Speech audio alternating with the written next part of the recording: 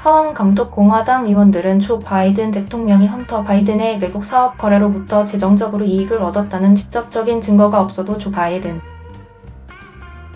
대통령을 부패로 비난할 의도를 밝혔는데, 이는 그들이 대통령을 조사하기 위해 시작되었다고 말한 전략의 분명한 변화입니다. 이 새로운 전략은 위원회가 수요일에 발표한 메모에서 강조됩니다. 바이든 대통령의 변호인들은 위원회가 부패를 보여주기 위해 대통령에게 직접적으로 지불금을 보여줘야 한다고 주장함으로써 약한 방어를 지지합니다. 라고 하원 감독 공화당 의원들은 썼습니다. 이는 가족 구성원들이 외국 지불금이나 뇌물을 받아들였을 경우 다른 미국인은 주어지지 않을 것이라는 공허한 주장입니다. 실제로 이 법은 다른 사람들에게 부패하게 영향을 미치기 위해 가족 구성원들에게 지불금이 뇌물을 구성할 수 있다는 것을 인정합니다. 라고 메모는 말합니다.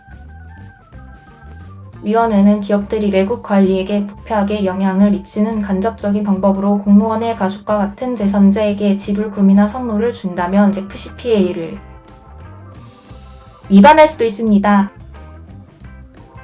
헌터 바이든은 현 시점에서 뇌물을 수수한 혐의로 기소되거나 유죄 판결을 받지 않았습니다.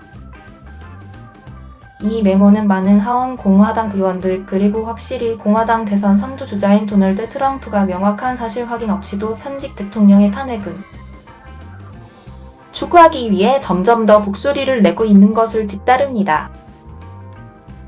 그러나 지금까지 위원회는 바이든 대통령이 그의 아들의 사업 거래 중 어떤 것으로도 개인적으로 이익을 얻었다는 직접적인 증거를 찾지 못한 것으로 보입니다.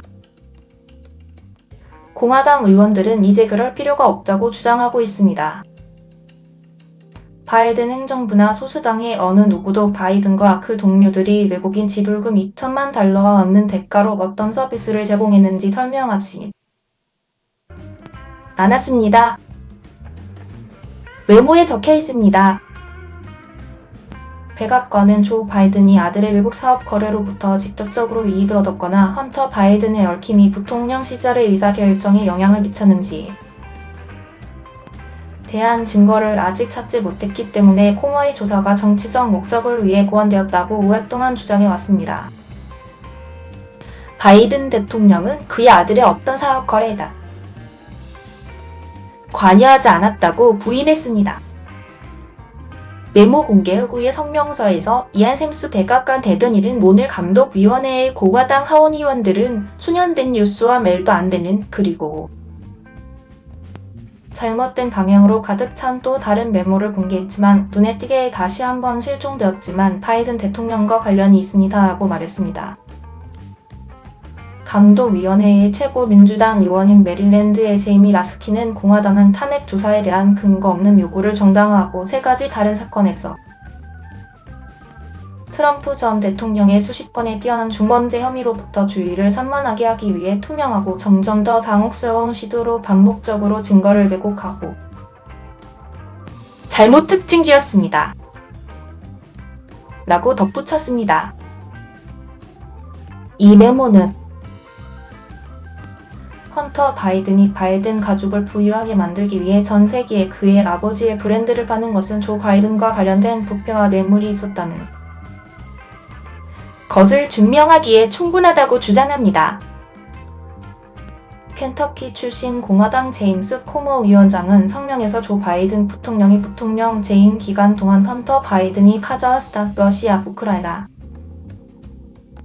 과도점들로부터 수백만 달러를 벌어들이기 위해 그를 브랜드로 팔았다고 밝혔다.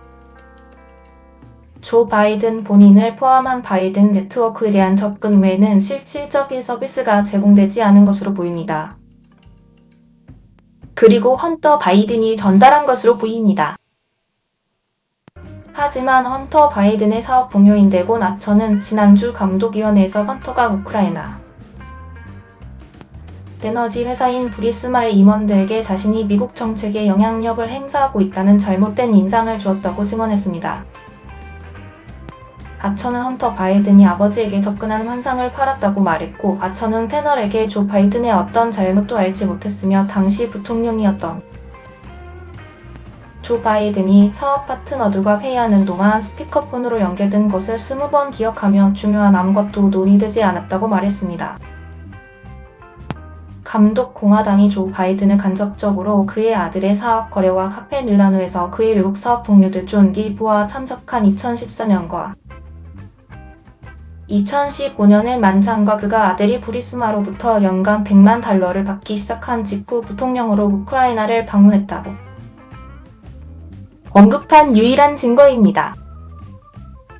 수요일의 메모는 앞서 CNN이 하원 공화당이 이르면 다음달 대통령에 대한 탄핵 조사를 시작할 준비를 하고 있다고 보도한 후에 나왔습니다.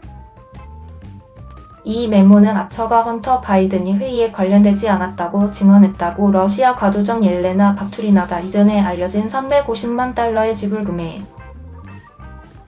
초점을 맞추고 있습니다.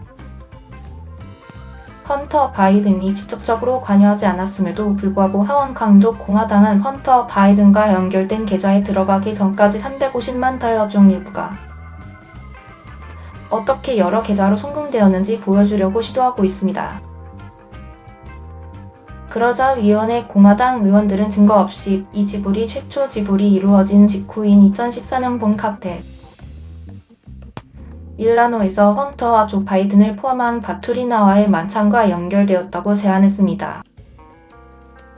연관성을 제공할 증거를 제시하지 않은 상태에서 공화당 의원들은 이 지불이 러시아의 우크라이나 침공 이후 바투리나가 대중 제재 목록에 없는 이유와 관련이 있을 수 있다고 제안했습니다. 지난주 감독 패널에게 증언한 헌터 바이든의 사업 동료 데본 아처는 카페 밀라노 만찬을 생일 저녁 식사와 같다고 설명했습니다. 그는 저녁 식사에 왔고 우리는 식사를 하고 세상, 내 생각에, 날씨에 대해 이야기했고 그리고 나서 모두가 떠났습니다. 라고 저녁 식사에 함께 있었던 아처는 조 바이든에 대해 말했습니다. 2020년 상원 보고서에서 공화당 의원들은 헌터 바이든이 사업 동료들과 연결된 회사의 바투리나가 지불한 돈의 존재를 밝혔습니다. 그러나 수요일의 메모에는 헌터 바이든이 구체적으로 받은 $350만 중 얼마인지가 자세히 나와 있지 않습니다. 헌터 바이든의 변호인단은 2020년에 그가 $3를 지불받았다는 주장을 말했습니다. 500만 건의 거짓과 헌터 바이든과 러시아 및 카자흐스탄의 억만장자 사이에 코어가 표시한 주요 금융 거래는 헌터 바이든의 형사사건의 어떤 유죄 인정 문서에도 언급되지 않았으며 지난달 그의 법정 공판에서도 언급되지 않았습니다. 이 메모는 헌터 바이든이 러시아, 우크라이나 및 카자흐스탄의 외국 과도적 및 지도자들과 맺은 거래와 거래에 초점을 맞추고 있습니다. 패널은 특정 바이든 가족 사업 관련자에 대한 정보를 위해 6개 은행을 소환했지만 아직 바이든 가족 구성원들로부터 은행 기록을 제출하지 않았습니다. 이 이야기는 추가적인 발전으로 업데이트되었습니다.